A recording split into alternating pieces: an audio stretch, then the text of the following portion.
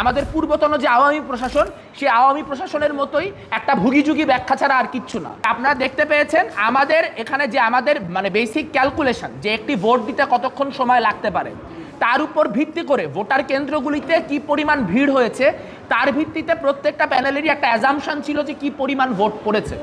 বিশ্ববিদ্যালয় প্রশাসন দাবি করছেন এখানে ৩২,০০০ ভোট পড়েছে।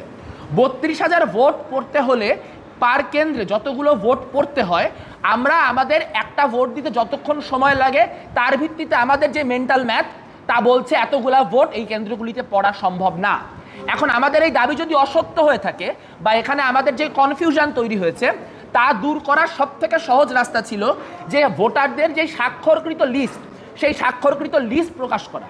আমরা দেখতে পেয়েছি এই বিষয়ে আমাদের বিশ্ববিদ্যালয় প্রশাসনের তরফ থেকে যে ব্যাখ্যা দেওয়া হয়েছে, সেই ব্যাখ্যা মূলত আমাদের পূর্বতন যে আওয়ামী প্রশাসন, সেই আওয়ামী প্রশাসনের মতোই একটা ভুগিযুগি ব্যাখ্যা ছাড়া আর কিচ্ছু না।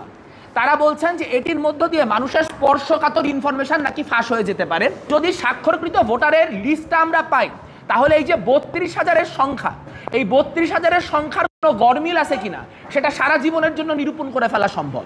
তাহলে যেহেতু নির্বাচন নিয়ে প্রশ্ন উঠছে, তারা কেন এই ইনফরমেশন প্রকাশ করার মধ্যে দিয়ে এই জিনিসটিকে খোলাসা করছে না? তাদের কাছে এই বিষয়ক কোনো ব্যাখ্যা কিন্তু আসলে আমরা পাই নাই। তারা বলছেন যে এটি করার মধ্য দিয়ে আসলে ভোটারদের যে পার্সোনাল ইনফরমেশন, স্পর্শকাতর তথ্য, সেই স্পর্শকাতর তথ্য ফাঁস হয়ে যাবে। আমি জানতে চাই স্পর্শকাতর তথ্যটা কি? ভোটারের সিগনেচার ছাড়া আমরা যে লিস্ট চেয়েছি সেই লিস্টে আর কিচ্ছু নাই। কাজে সেই লিস্ট প্রকাশ করা হলে আসলে লিস্টটি কোথায়? দেশে দেশে সবার সাথে দ্য নিউজ।